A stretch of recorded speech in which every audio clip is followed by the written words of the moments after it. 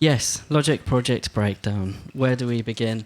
I think the first important thing to say, which we have already said, but just to reiterate, is there was no like editing to our track. Everything was the audio was made to. Wait, did I say that right? The audio was made to the video. Okay, so we didn't have any say in where things went. We had to just work with what we were given, and as explained already, that would often change. So that was a nuisance. But anyway, it is what it is.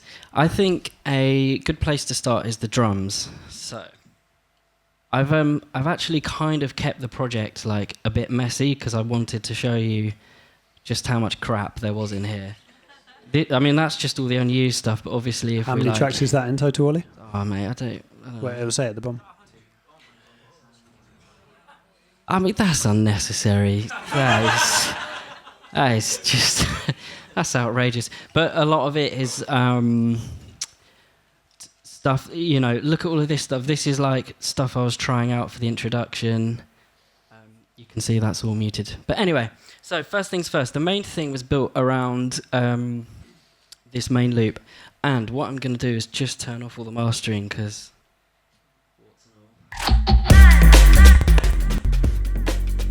better. So this was the main loop, and I'll just play it.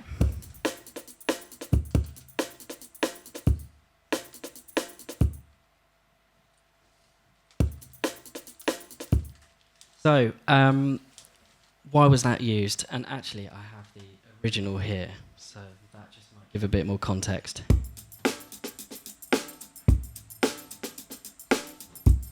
And where's this sample from, Ollie? This sample there is from a company called That Sound. They do really good drum loops. I think all of their stuff is now on Splice as well, which is really helpful. But yeah, we've been using their stuff for years. And yeah, I guess the main thing to say is like, oh, you're using a loop, great. Well, we didn't really have time. There wasn't the luxury of like a whole day of like drum tracking and like, oh, let's do some breaks. And you know, we're very lucky we have a drum kit in one of our rooms. Like we could have recorded it. There literally just was not time. Like from that first set of demos that we sent, and then the kind of revised demo where we had our direction, that just kind of had to be it. It was like, okay, we hit the ground running. But yeah, the main things with this is I really liked this particular loop. So as you'll see, this is at 110, but our actual project's at 138.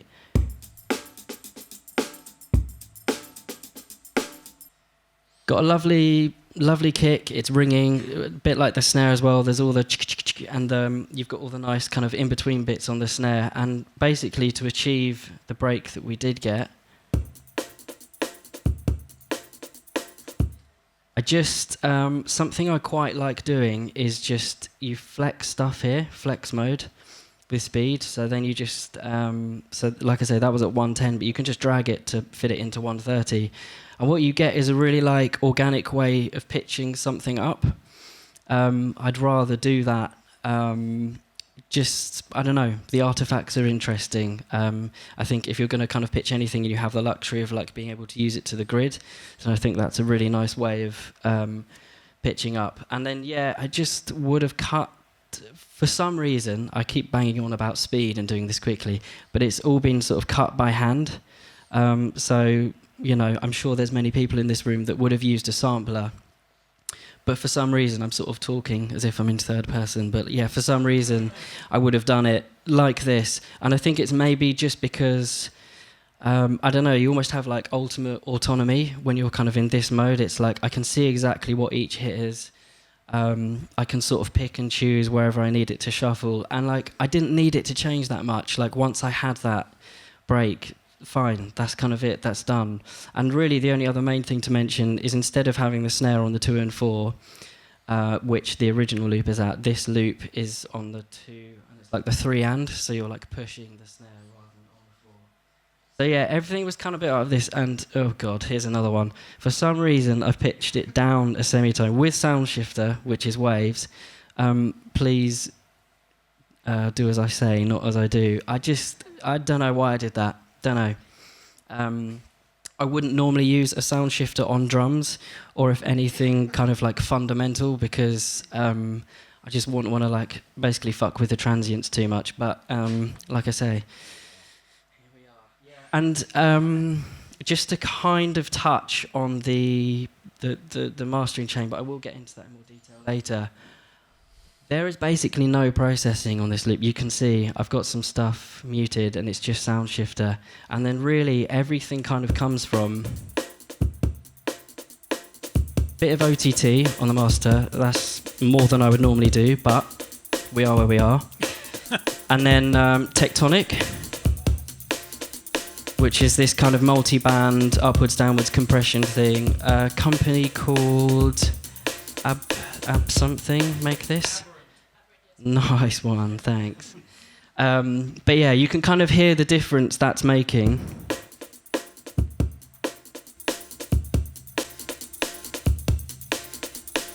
Really brings out the nice sort of ring on the snare. You get that real character coming through. Exactly. Yeah, and I think the sort of key thing with that is normally you do have to be quite careful with that sort of thing, particularly if it's like a full production, especially if you had lots of like harmonic instruments and stuff, because you're not really going to hear too much of that ring.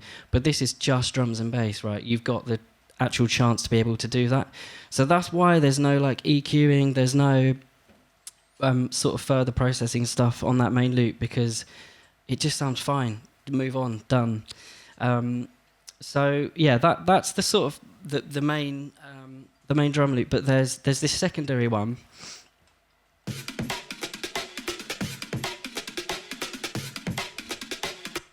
That was serving, well, actually, it was a note that you had, Sam. So not only do you get notes from the client, you get you get notes from Sam. But the first demo we sent, by first I mean the sort of drum funk style demo. You were like, oh, I think the drums are sounding a bit like one-dimensional. It's a bit sort of weak and not quite hitting it. Just for the sort of purposes of time, I won't go back and play you that. But this secondary layer was added in to just kind of take the drums from like that to that. And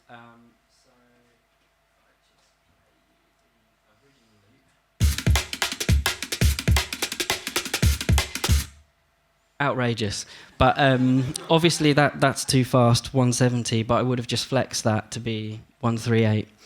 And let me just take off this processing.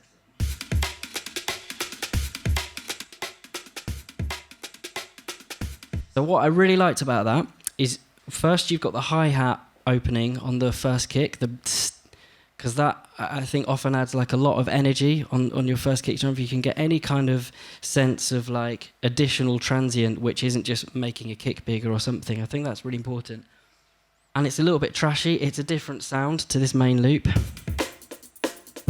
That's all like, it's quite precise and quite neat. I know it's like ringing out, but that secondary loop just adds a bit more of the like trashiness, which I think you needed. And then sort of adding onto that just a little bit of EQ to take away the lows. Didn't really need any of the lows.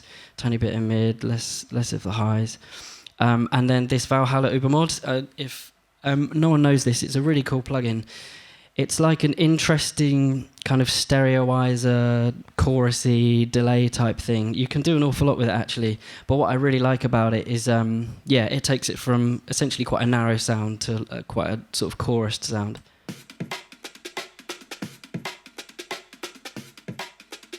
Can't hear any of that. That was worth it. Nice. You know, it's just I turned it on and off. You can see it's doing something. And then Decapitator, I think that's probably just to take off, a little bit of the high end. Just add a tiny bit more trashy, but not too much. But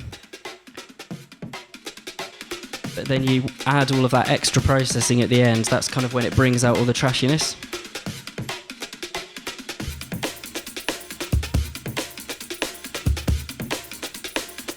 So the kick and the main sort of like snare transient, that's coming from that loop. And that secondary one is adding all the kind of the top trashy stuff. It's like a nice sort of liveness to it, which I love. It's like you say, the trashy energy throughout the thing. It's like the contrast of this clean tech, like white backdrop world with like, stuff that sounds like it's cut up live, people playing instruments, which, I love that about it.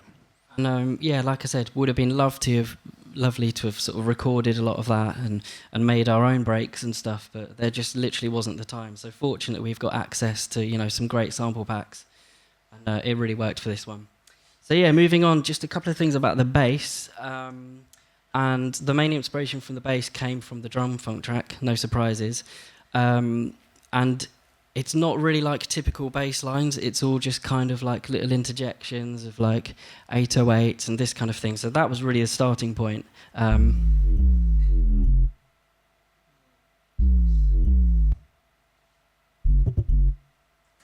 that came from this sample. So didn't use any of the crap at the end, but the main thing was getting that like dropping in tone, right? It's almost like a kind of sub drop. That's effectively what you're getting, but you do have quite a nice sort of impact on the beginning. Yes, could have made that by hand, but can you imagine drawing that in every time you've got a time you need your 808 to happen or whatever, the bit of bass. So found this sample, worked great, and so I think there's not much processing on this really. Yeah, it's just use Quick Sampler for this, and just filtered it because I only really need the low end information, and I think there's like an envelope on the cutoff there, so you're just getting a bit of the initial sort of. So just to be clear, Ollie, this is a one-shot sample pitched across the keyboard. Sorry, not one shot, but one sample pitched across the keyboard. Yeah, exactly. Yeah, I could. There you go. There you go. Lovely, brilliant demonstration. But also just like another thing to quickly highlight, I think, is kind of using it as like a percussive thing, so you can kind of see the MIDI information here. There's those two notes, but these like. Sorry, can you just speak into the mic a bit more for the... Oh, sorry. These two little notes, they're just like... it kind of almost doesn't matter what note they are, just as long as they're high enough, but they're being used as a sort of like percussive punctuation rather than like a note that you hear. It's just like trying to stay very much in that like drum funk world of like, you can feel the bass and you're kind of getting the impression with it, and it's sort of all in the same time as the kicks and the snares and whatever. But you don't really like know it, it's just there, if that makes sense. So that's kind of what all of this was trying to achieve, I guess. One of the other bass parts was this. And that came from this sample.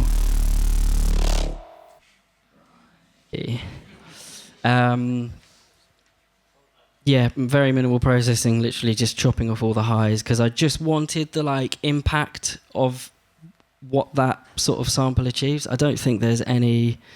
Oh, no, okay, so there's a bit of looping going on here because I just wanted the start of the sample. Hear an example of that on the keyboard, please.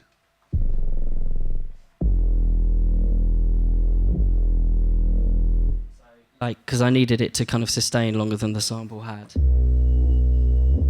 So that's why I'm just making it back and forth.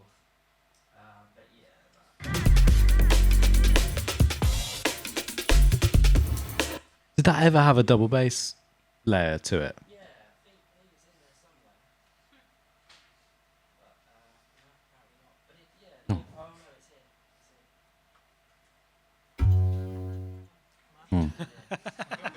here. Nice, glad I called that one out. How was that? But I think... just because that's obviously an octave down, it was just nice to bring out a little... I think the drum funk track has some double bass, so that's why I wanted that note in there. I thought you were really original with that. Come on. If the client wants drum funk, the client gets drum funk. Just one more bass sample to take you through. So we got this...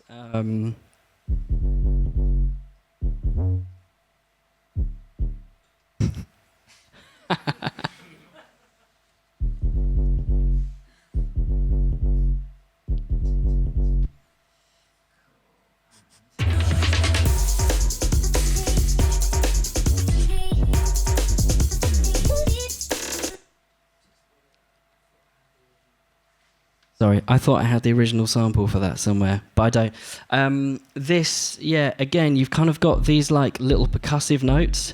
So this is where it rings out. But these just, it's like tiny little sort of incidental notes, but they're the things giving it the kind of energy. Maybe in the drum loop I wasn't quite getting that. So it's just like, okay, I need these like little things, you know, they're all kind of in weird little beats just before anything kind of major. Kind of acting like ghost notes on Yeah, on yeah, drums. exactly. Yeah, yeah. But you know, there's not many of them. But yeah, that was kind of the function of that thing. But yeah, I don't know why. I'm trying to find. Yeah, it's just another 808, which is being pitched up for some reason, but then filtered it again. Yeah, that's doing quite a lot actually, the filter, because you get a tiny bit of cut off just as you hear the first bit of the note. But yeah, there's another bass thing I want to talk about, but I'm going to come back to that because I don't want to go on and on and on about the bass, but it is interesting. Okay, vocals. So we have...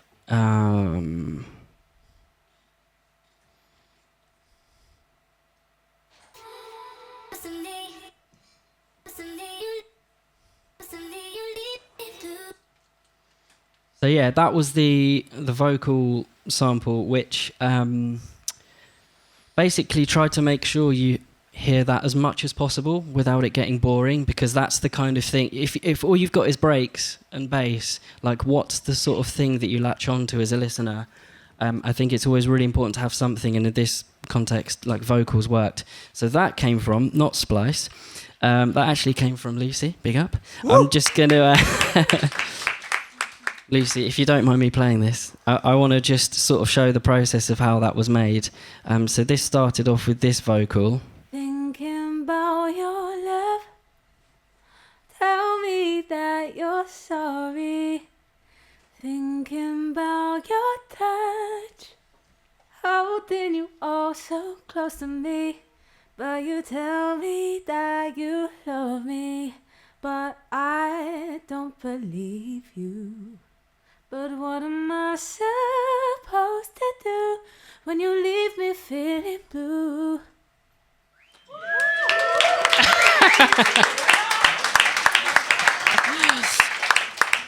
But the brief was, I just need some female vocals that's kind of nonsense, whatever, the lyrics can be anything. So And she did that. perfect. Yeah. Perfect.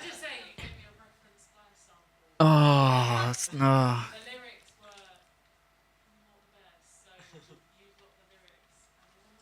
Oh no! It's listen. It was all I needed. Thank you. So yeah, why I needed something just like that was to then go and process it as much as possible, to then go and sample it. Like I think sort of in trying to like be in keeping with the kind of genre and stuff. Like if I was going to sample a vocal, it needs to have all the reverbs and your delays and everything. Like really need all of that. So yeah, I managed to find the like old thing without any processing. Thinking about your love, A bit of compression. I think that's LA2A. tell me that you're sorry. My good friend Ubermod. Thinking about your love, tell me that you're sorry. Supermassive. Thinking about your touch, holding you all. So the key thing with putting another compressor on is I just wanted to bring out all of the delays and stuff, so that obviously when you hear the vocal, it's kind of pushing it all up against the other. And when you don't hear the vocal, then the compressor brings up all the effects. And then OTT, because we love a bit of OTT. Thinking about your love, tell me that you're sorry. Even more Ubermod. Thinking about your love, so close to me, but you tell me that you love And then just a bit of DS. So yeah, I don't believe you. you kind of end up with this nice sheeny vocal. Great, beautiful. Then you can bounce that in place. You can hear me intake a breath, can't you? I can, yeah. Was this one of those moments where we were like looking for a hook? Like, did we get to that point? Because I can't remember whether it was with this, but it's definitely like thing that happens often, isn't it? Yeah. I think it just like obviously we had the drum funk reference, but you know there were other things in that reference playlist, and sort of you know Subtract does a lot of that whole pitched up vocal thing. It's quite normal in this genre of music to have a bit of that, and yeah, because it's an advert, and you know they did need a bit of something to like latch onto. So that was the idea of using a vocal. Yeah, and I just wanted to sort of touch on that, I guess, as like a point that we do get to fairly regularly, where because we've focused so much on, I think, trying to like achieve a certain tone or like a certain overall like sound, we can often fall into that thing of just ending up with something that sounds like backing almost. It sounds like backing, and it doesn't have something that like Ollie says you can really latch onto like that. So like there'll be times when it's like, okay, we have the music but we don't have the thing, you know what I mean? And then sometimes it'll be like all hands on deck to be like, we need a hook who's gonna, you know, which is where that sort of session comes up. And it's so amazing to have started with like, you know, a bit of a live performance in the studio and then using that as your sample. But yeah, so then just would have bounced that in place and dragged that into this sampler. So then...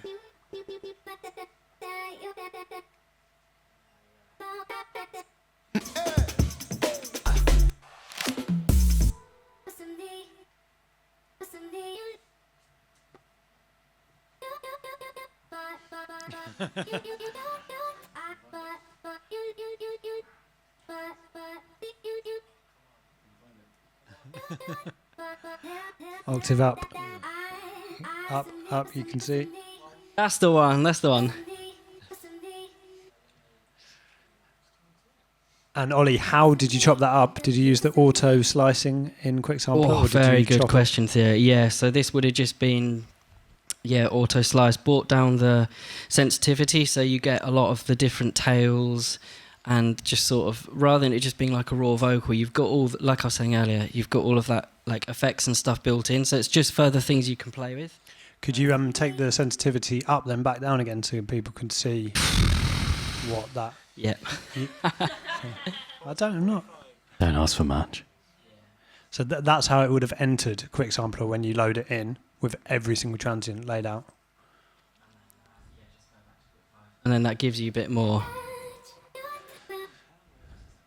So then you basically get to hear some of the tails on the sounds. But yeah, I just would have like played around with some different notes and stuff. Oh, it's just.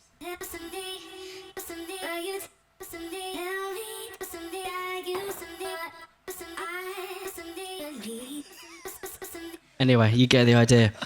Master at work. Oh no, it's an octave up. I was looking at the wrong thing. But yeah, that was the. I don't know. That's the nice thing of like running this kind of stuff through a sampler, because you don't really know what you're going to get. I didn't try and write that hook specifically. It was like, okay, be dictated by the sampler, see what happens, and you've got all these nice like sort of odd like sort of artifacts caused by like effects and stuff. They're all nice things to use. I mean, look at this like first one. Whoops. That's just a reverb tail, but it's like a really nice thing that you can include because it's all there in the sampler. So cool. I'd also like to add that like part of this is kind of leans into what a client might think of as authenticity, but we would think of as just like if you're going to make a proper track, you make a proper track. You know what I mean? It's yeah. You kind of need to make it sound, in this case, like a commercial piece of music that just happens to have been synced to an advert in a way. And obviously we love this sort of music, so we want to make it as true as possible so that we're not just like those advert guys, you know? We are. There was one...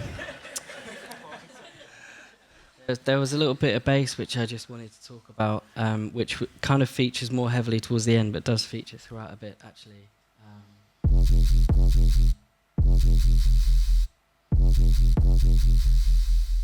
Yeah, I thought this was really interesting, sorry, because looking back at in the first section, our initial brief where they were like, we just don't want it to move into like dark. How interesting. Mm. Yeah. Look where we ended up. I had to shoehorn this in somewhere.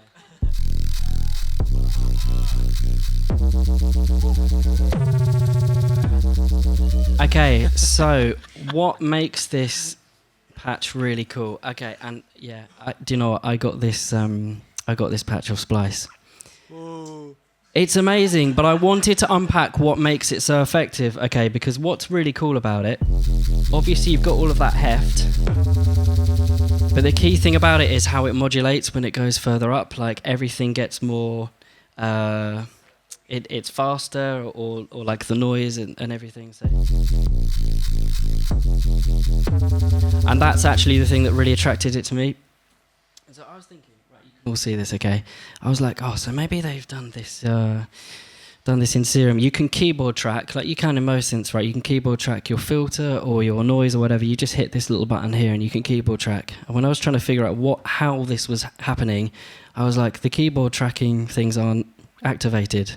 How on earth is happening? And it's actually with two sine waves which are being they're tuned apart, and that's what's creating the sort of modulation between the notes. Obviously, if you're down here,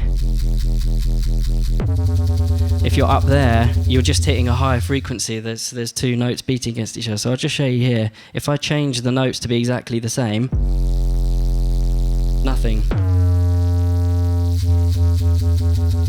And that's where it's all coming from, the detuning. It's pretty cool. I mean, it's been absolutely rammed by some distortion stuff. But yeah, just a really cool patch. And where this was particularly useful then, obviously you've got this section at the end, but there's this kind of middle section.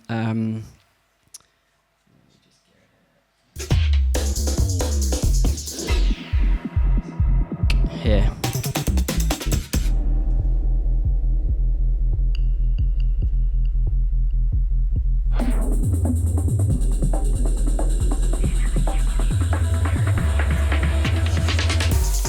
So yeah, what's really key about that section is when the bass hits the higher notes, you get all of that like activity. It's obviously a really filtered sound, but you're hearing all that intensity without loads of stuff happening, and it's all coming from the bass. So like I say, it's quite chill in the lower notes. It's just kind of like doing its thing, and then when it hits the higher notes, you get all this like frantic activity. Like a really good example of trying to, illustrate the features of the product again, but like in that musical way, and like you say, continuing the sort of momentum of the track without like how do you put across noise cancelling when you want to obviously hear, you want to hear the advert, but like I thought it was a really well done thing that you did there. You're welcome. Cool. And then just the last thing, I'm happy to go through sort of any specifics if people have questions, but the last thing to do is this like very typical like 90s style piano, where you sample like a piano chord, and then when you play it on different notes, the harmony doesn't change sort of nicely, it just moves according to the sample. So that's this bit here.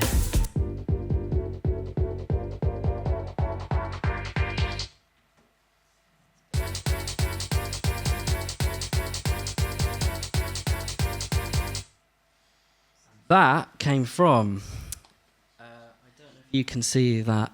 No, you can't read that. That came from one of our songs, which is a Starbucks pitch. So let me just play that for you.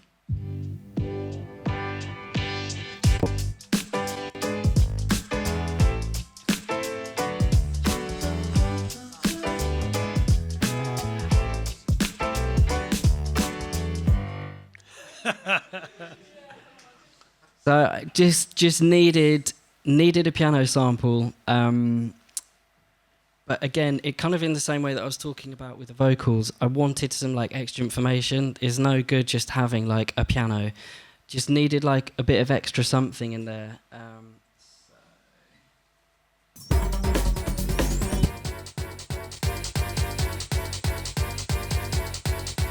Yeah, because you've got the like little hi-hat shuffle.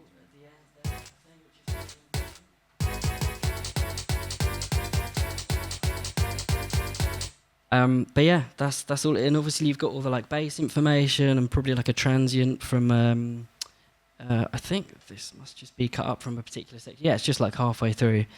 But yeah, it's nice to like recycle your own stuff, I guess. Like this is just like some unused demo that, has never seen light of day, but it's nice that it kind of had an existence in this. But yeah, very simple processing on that really. It's just...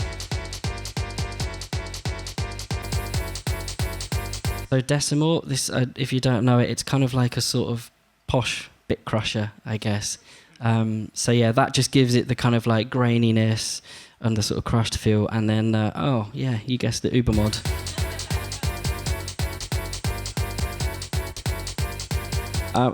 Maybe this is a motto. I'm not hearing what it's doing, but I think you get the point. I like Ubermod, so.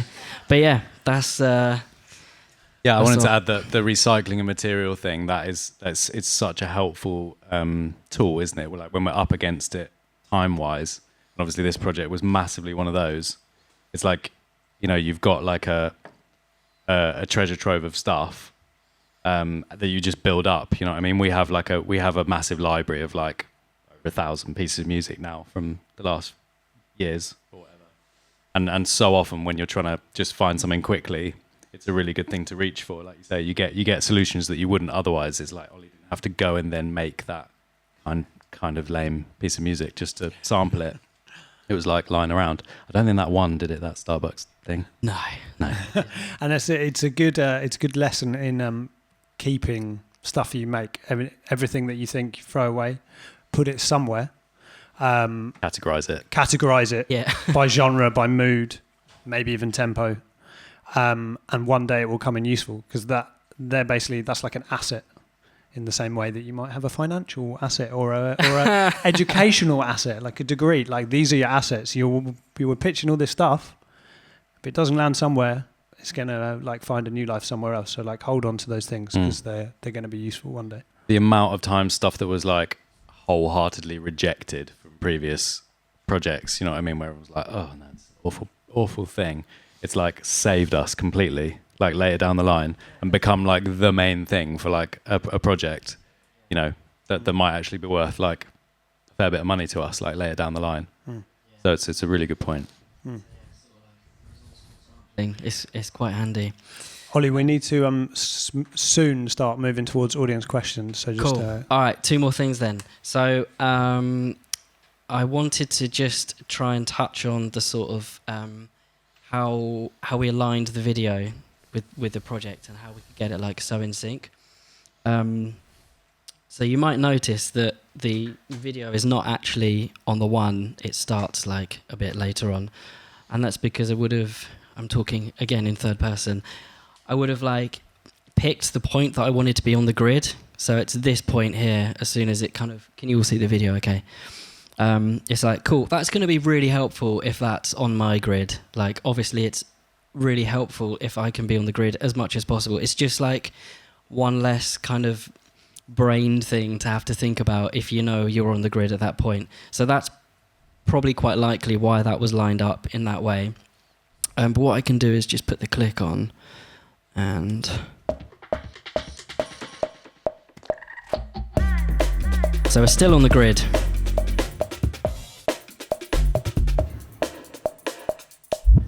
Cool, so at that point we're on the grid, but we're a beat later.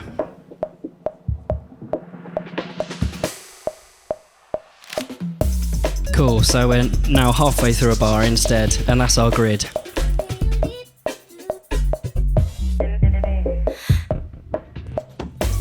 We're back on beat 2.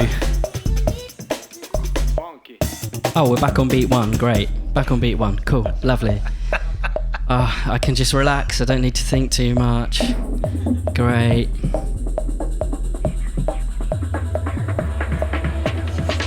On the grid. Still on the grid. So I'm going to stop it there. So we are still on the grid, but that point, like, it was specifically picked to come on the snare. And so what's quite... helpful is like, don't just think about oh, I need to come on like beat 1 every time. Use other bits. Use the snare. I actually almost prefer having the snare, like the 2 and the 4. You can often just get like a really nice impact. So like, there's always kind of ways to, sort of what you emphasize is your beat coming on. So yeah, in this case, it would have been lovely to like come on the word boom, of course, but instead like left that like drum and transient free and then just came on the snare. So I'll just keep going. Oh, yeah.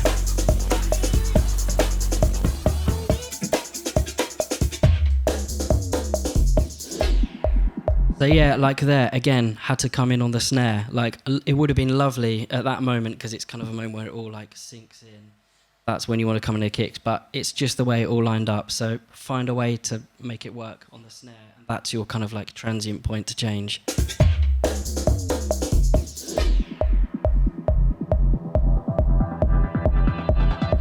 On the beat. We're on the beat, great.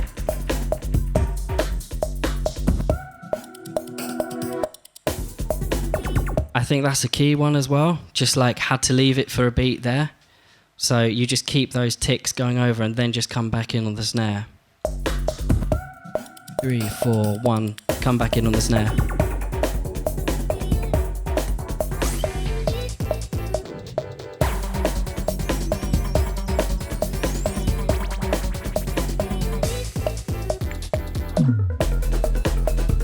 Again, it's like there. Actually, the like change in the visuals happens when it switches from like a black to white background.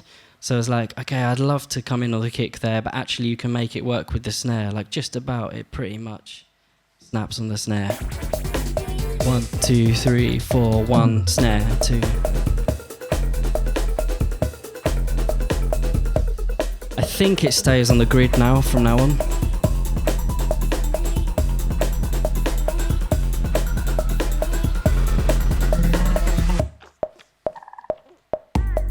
Ah, yeah, that's when it goes completely off, which is fine. So, just to sort of explain that, you've obviously got this quite abrupt cut.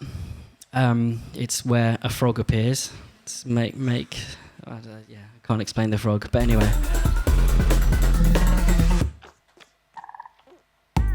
That is completely off the grid. Like, look, it's on like a really gross subdivision, so I'm not even going to bother working out what that is. But like by this point, you've already had an abrupt cut. You can probably afford to just come off the grid. Like, it doesn't really matter. There's such a tiny bit left of the ad. I don't think anyone's necessarily going to be counting because you've had this like abrupt stop. You can kind of get away with it.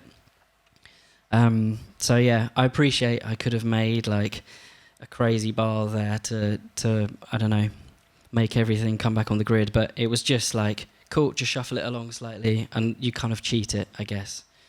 Yeah.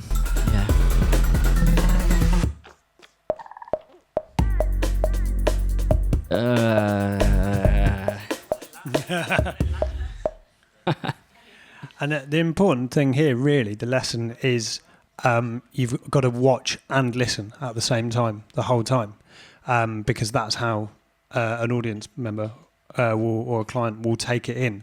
There's no point just making music without watching the video. Maybe at the beginning in the demo stages you did that, but once you're there, you need to be constantly seeing it as a piece, because your eyes do trick you a lot, and you can get away with a lot more with your eyes, because we're all used to sort of taking in sensory information with our eyes more than we are used to discerning like exact beats. And not everyone can count in like 7, 8 or like whatever. Like, it doesn't matter once if your mind and your eyes trick you into thinking it's working, it's working.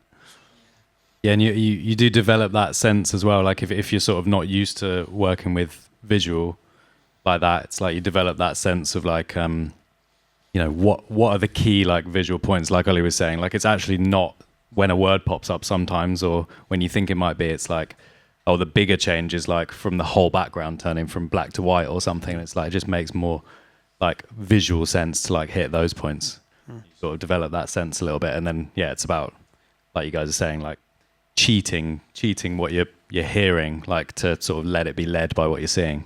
Yeah. It's like in embracing the thing. It's like, if you're going to go on the snare, like, go on the snare. It's not just about having a regular loop and it just so happens that the snare like falls on the cut. It's like, lean into that then. Like, what can you take out before the snare? So that when the snare does actually hit and the shot changes, like, that's the thing that you're focusing on, emphasizing. Yeah, and it feels as deliberate as possible, sort of thing. Yeah, Exactly. Using risers in the way that you'd use a riser or something or a filter to build up towards a drop. It just happens that drop maybe isn't, in a nice even 4-bar phrase. But you've tricked people into thinking it is because it's just built up in that way that you kind of recognise as a kind of like, ooh, like, and then just suddenly you're in and you're like, oh right, it's just a track. Yeah, exactly. But I would say the one thing to sort of always be really mindful of is like, it can't be weird. It's got to sound like music. Like, you can't be having like too many half bars and things or whatever. It's too like disorientating. Like, and I think that's actually the hard bit. It's like making sure it sounds like music and then doing your best to kind of work within those like parameters. But yeah, it took a long time to like figure out what the best solution is. And then not only that, you've got the client changing the video quite often. It's like irritating. But then like in the same way, it's like, okay, another challenge, just find a way to make it work. Like, there'll be something. So we quickly look at the mastering before. Yeah. So, like I was just kind of showing you with the drums, there's basically no processing going on most stuff other than when it hits the mastering chain, which like that's not typical. I would normally have a drums bus and a bass bus and a vocal bus and all this sort of thing. But because of sort of how like frantic the project was, it was just like, get ideas and I mean, you can see the state of this project. It's not great, okay, but whatever. It is what it is. So anyway, the sort of key things on the mastering, like we said, OTT. I wouldn't normally use this much of OTT. I'm just going to turn it down whilst I talk over it. But whatever, it was doing the business. So 32% on the depth. And then we've got this tectonic thing again. This is, like I was saying earlier, it's kind of like a multi-band up-down compressor. It's just kind of scooping it a bit, which is odd because it looks like I'm slightly boosting the mids.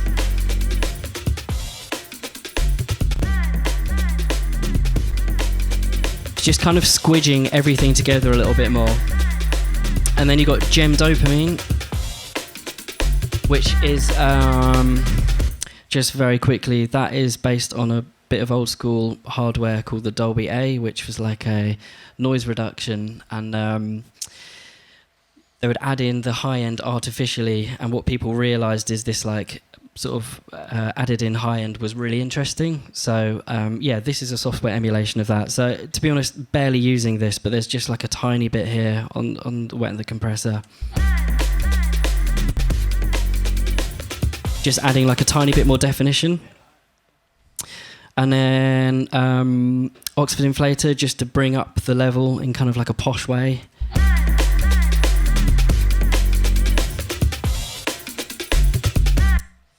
So yeah, just to check, sorry, like there's like a ton of headroom on this. You can see the peaks. I'm just talking in decibels at the moment. But like this is sort of hitting around 12 minus 9-ish. There's like a ton of headroom there, which is great. So if I need to bring the volume up, Oxford inflator is a really good one. I don't really know what magic it does, but it just makes things louder in a nicer way. So that's all I needed.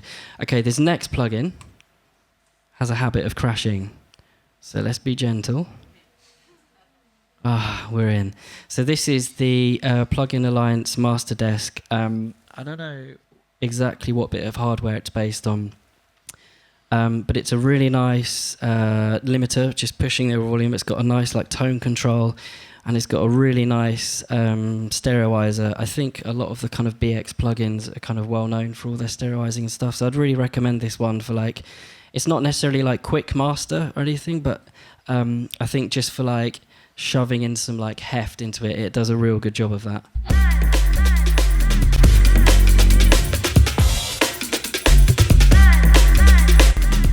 Like that's brought up the volume quite a lot.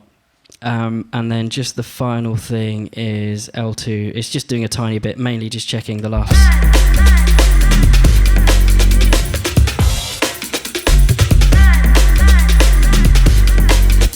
Not doing too much limiting, maybe. I don't know. To be honest, like this project came together so quickly. It's maybe a little bit quiet if you're comparing it to like a CD master or something. But for the context of this, fine, just like get it out the door. I think if we had more time, would have maybe like mixed it in a more considered way. So yeah, clearly like the kick and the bass and stuff, they're probably sharing some frequency, so they're like really hitting the limiter there.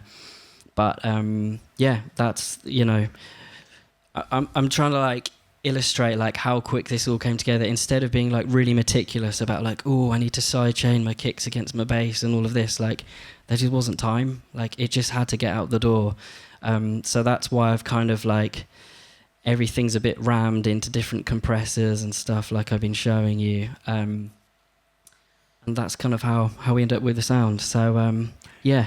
Could we have a round of applause for Ollie, please? And Sam, obviously. Okay, we're going to take a very quick 5-minute break. We're going to set up the camera. We're going to get your questions, and I'm going to have a pee, and then we'll be back here in 5 for your questions. Thank you very much.